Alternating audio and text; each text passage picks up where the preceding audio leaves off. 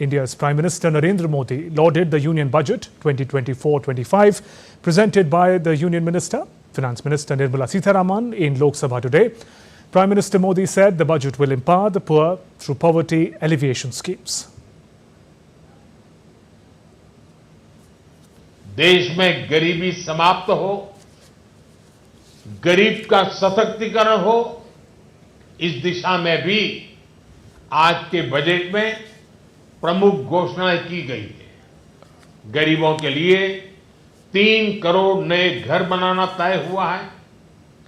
जनजातीय उन्नत ग्राम अभियान सैचुरेशन अप्रोच के साथ 5 करोड़ आदिवासी परिवारों को मूलभूत सुविधाओं से जोड़ा जाएगा।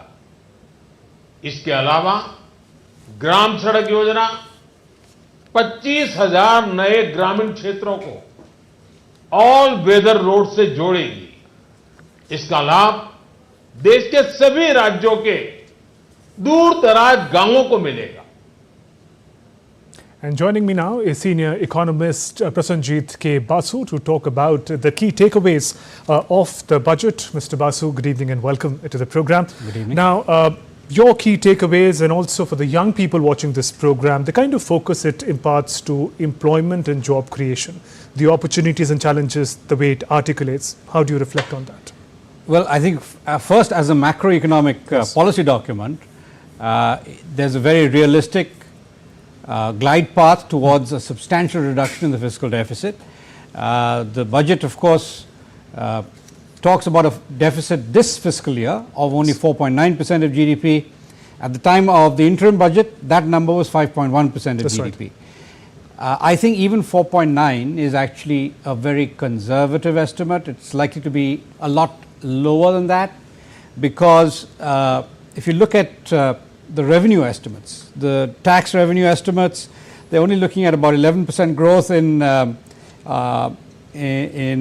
corporate tax, 13% growth in income tax. But in fact, income tax revenue is currently growing in the last 12 months about 29% year on year. So there is,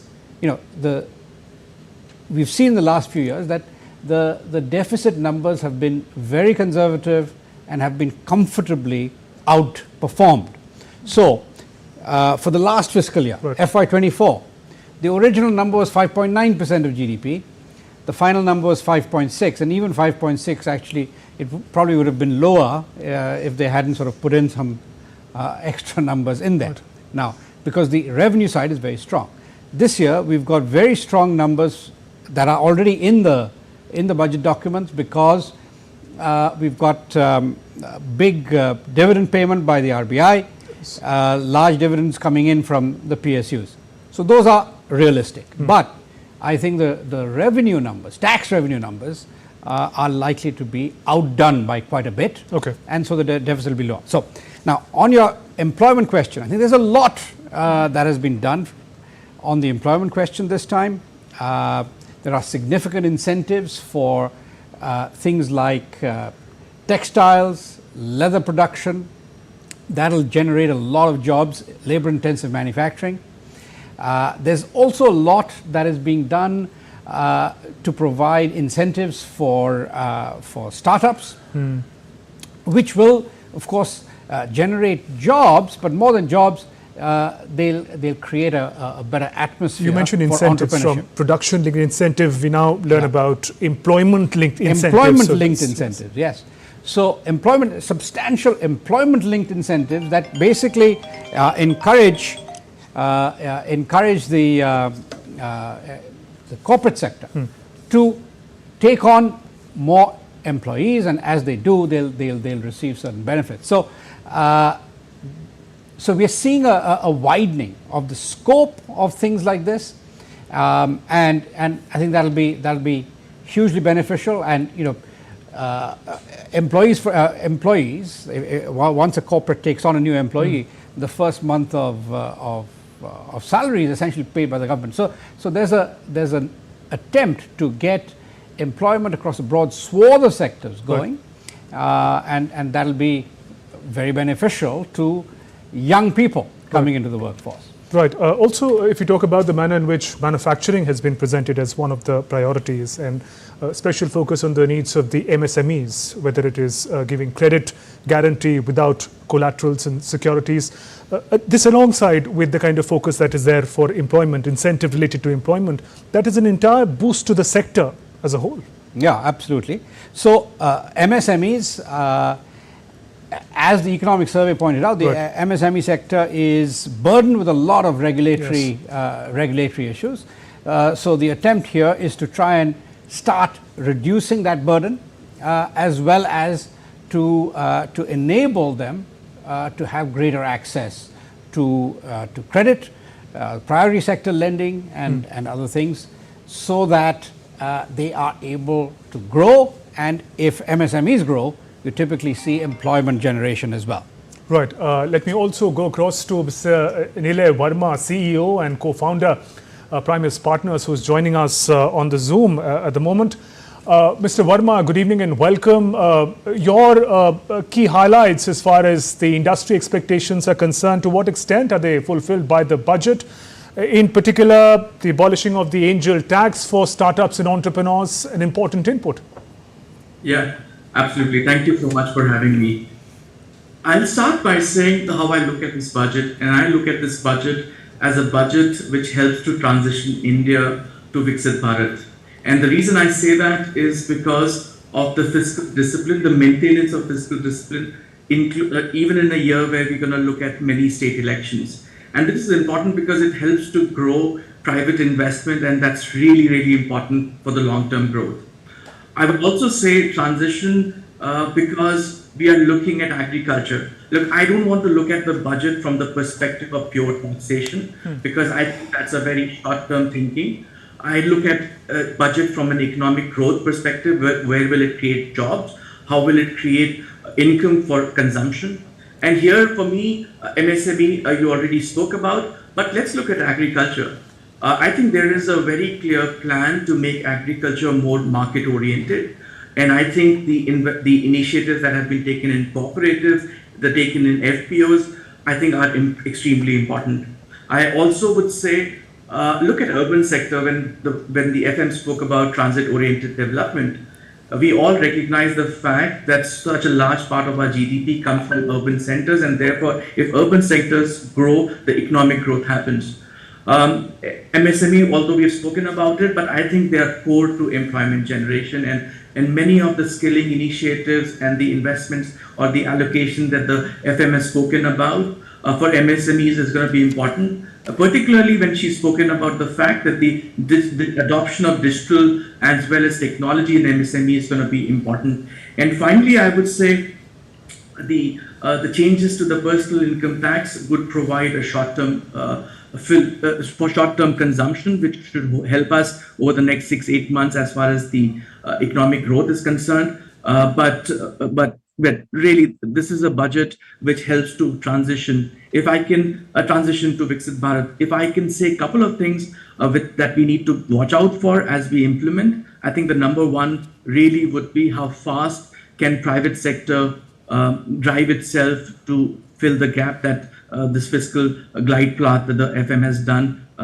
How quickly can they do that? And second, I think the institutional capacity within the public sector to implement many of the new programs and vision into schemes, guidelines, and implement them in a very time-bound manner. Okay, host of areas to think about. Mr. Verma, thank you for joining us with your perspective. Also, thank you very much, Mr. Prasanjit Basu, for sharing your thoughts on the budget. Meanwhile, our colleague Amit Mukherjee is giving more details about the Union Budget 24-25. Amit, over to you. What do you have for us? Well, Shubhendu, we have heard the Finance Minister coming up and speaking about the budget. In a press conference, we also heard Prime Minister Narendra Modi giving a summation of what was kind of pronounced during the budget.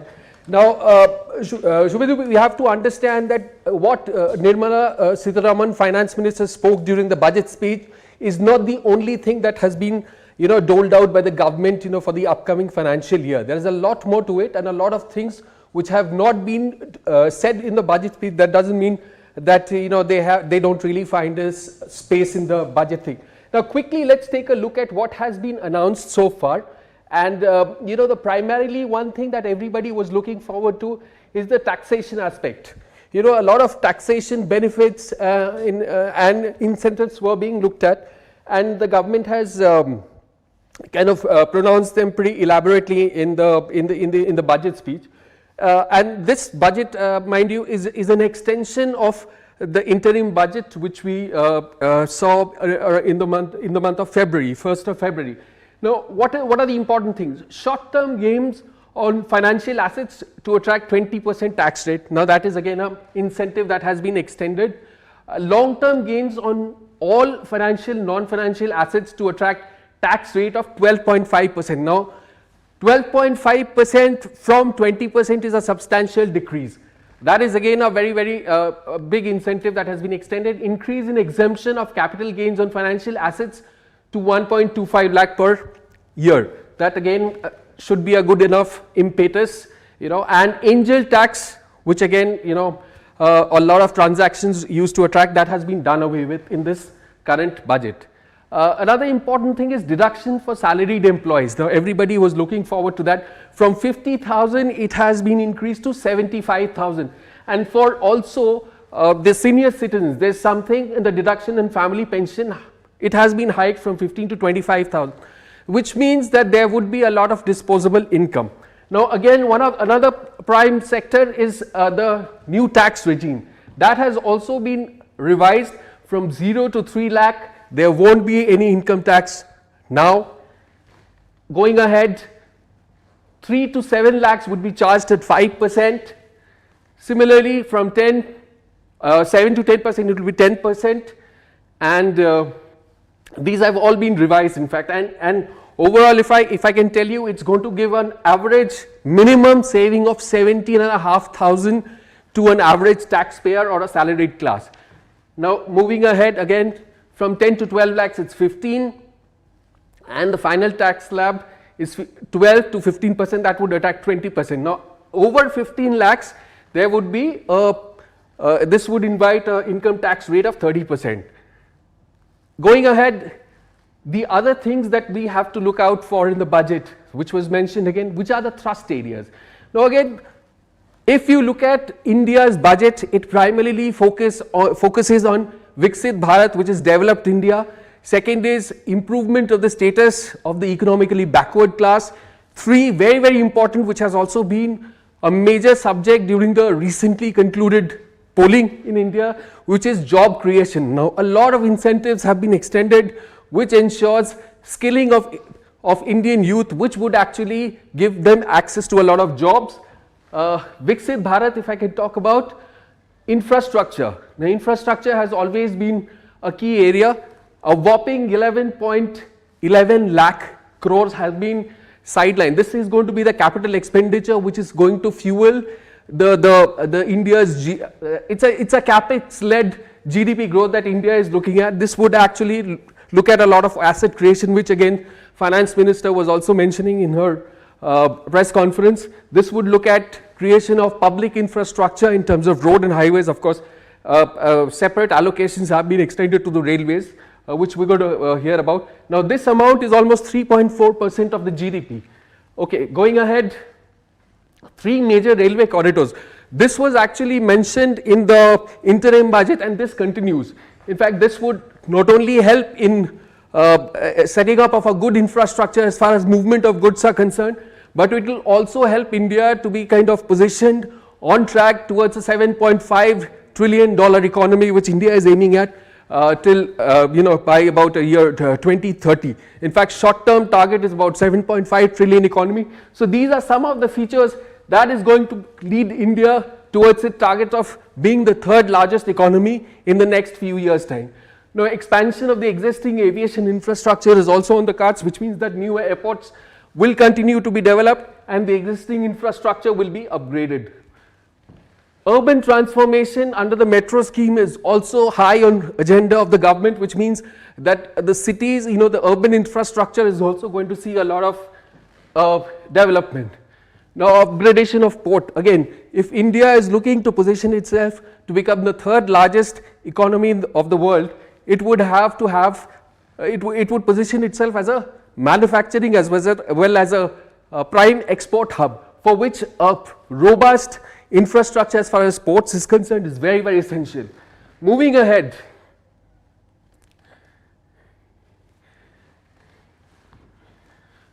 I would also try to take a look at the agricultural sector. Has also been given a substantial boost. About 1 crore farmers, they will be kind of supported with financial and technical assistance to take things forward.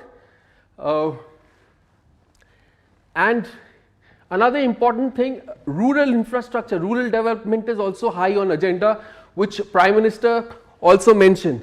Now, provision of 2.66 lakhs crores for rural development, including rural infrastructure. Now, this would also include connecting 25,000 villages across India, which have been in the remotest part of the country. They will be provided solid infrastructure, connecting them with the mainstream of the Indian economy. Actually, farmers can also benefit out of this. Another important sector that we also need to focus on is India boosters. Now, remember, like I was mentioning, that the government is trying to position India as one of the leading export as well as manufacturing hubs, which is why you need to attract a lot of foreign investors into India, for which the FDI rules have been substantially simplified, which is again would attract foreign investors. India to promote Indian rupee as a currency for overseas investment. Now, again, important thing. Corporate tax rate on foreign companies, that has been reduced. Now, there were a lot of disparity between the kind of tax that Indian corporates pay and the foreign corporates which operate out of India. Now, although there's still a disparity, but somewhere it has been brought down. Again, that should be a booster to the foreign companies operating in India. So, by and large, these have been the target areas, and we are going to see a lot of employment generation and a lot of economic activity going forward. Back to you, Shubhendu. All right there, Amit, thank you for putting it all across in a more digestible manner, the key takeaways of the union budget. The budget proposals by Finance Minister Nirmala Sitharaman have laid a firm foundation for India's march to become a developed nation. The particular focus has been on the youth to provide for their education, skilling and creating better employment opportunities for them. The budget paves the way for generating jobs and enhancing skill sets for over 4 crore youth. And the farm. While the focus of the interim budget was on 4 major groups, the poor, women, youth and farmer, the Finance Minister Nirmala Sitharaman focused on employment, skilling, MSMEs and the middle class in the full budget announcement. Education, employment and skilling were given a special focus in her speech. High point of the budget speech was Prime Minister's package of 5 schemes and initiatives to facilitate employment and skilling. 3 schemes were announced for employment link incentive. These will be based on enrollment in the EPFO and focus on recognition of first-time employees and to support employees and employers. Scheme A, first-timers. This scheme will provide 1 month wage to all persons newly entering the workforce in all formal sectors. Scheme B, job creation in manufacturing. This scheme will incentivize additional employment in the manufacturing sector linked to the employment of first-time employees. Scheme C, support to employers. This employer-focused scheme will cover additional employment in all sectors. 4th scheme under the Prime Minister's package is a newly centrally sponsored scheme for skilling in collaboration with state governments and industry. 20 lakh youth will be skilled over a 5-year period. 1,000 industrial training institutes will be upgraded in hub and spoke arrangements with outcome orientation. The 5th scheme under the Prime Minister's package is for providing internship opportunities in 500 top companies to 1 crore youth in the next 5 years. They will gain exposure for 12 months to real-life business environment varied professions and employment opportunities. An internship allowance of 5,000 per month, 5,000 rupees per month, along with a one-time assistance of 6,000 rupees will be provided. Companies will be expected to bear the training cost and 10% of their internship cost from their CSR funds. The particular focus on skilling and empowerment of youth stresses the importance that the Prime Minister and the NDA government gives to the critical aspect of the economy. Over 4.1 crore youth will benefit from the schemes over a 5-year period with a central outlay of 2 lakh crore rupees. Bureau Report, DD India.